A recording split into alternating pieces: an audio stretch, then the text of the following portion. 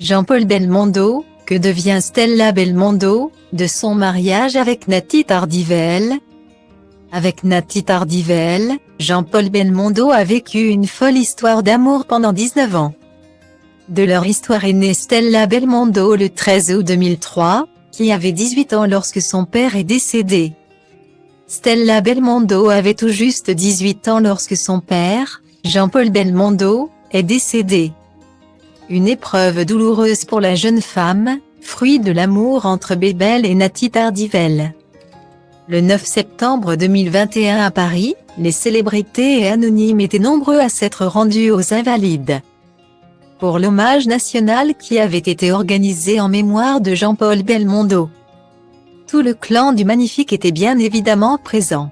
Ses 3 enfants étaient là, tout comme ses petits-enfants. Nathy Tardivell avait fait le déplacement pour soutenir sa fille, même si elle n'avait pas pris place à côté du clan. C'est à la fin des années 80 que le rival d'Alain Delon est tombé amoureux de la danseuse de ballet. Après un mariage en 2002, le couple est devenu parent de Stella en 2003.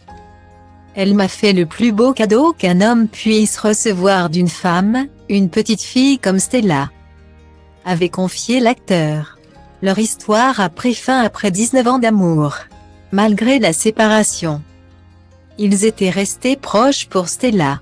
Comme nous habitons l'un au-dessus de l'autre, dans 2 appartements distincts réunis par un escalier intérieur, Stella pouvait voir son papa comme elle l'entendait.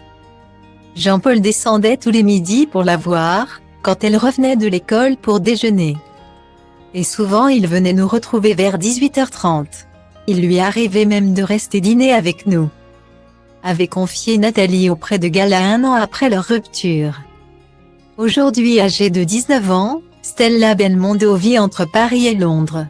En 2022 dans les colonnes de Paris Match, la petite sœur de Paul et de Florence faisait part de ses regrets concernant les petits-enfants de son père.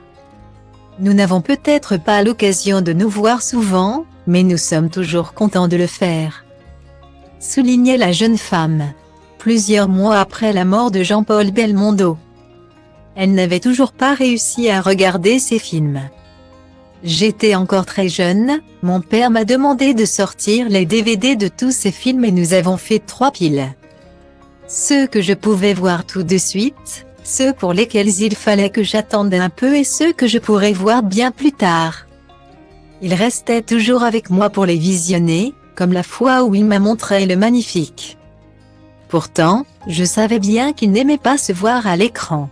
Depuis qu'il est parti, j'ai essayé quelquefois de me mettre le DVD d'un des chefs-d'œuvre qu'il me reste à voir et dont tout le monde me parle.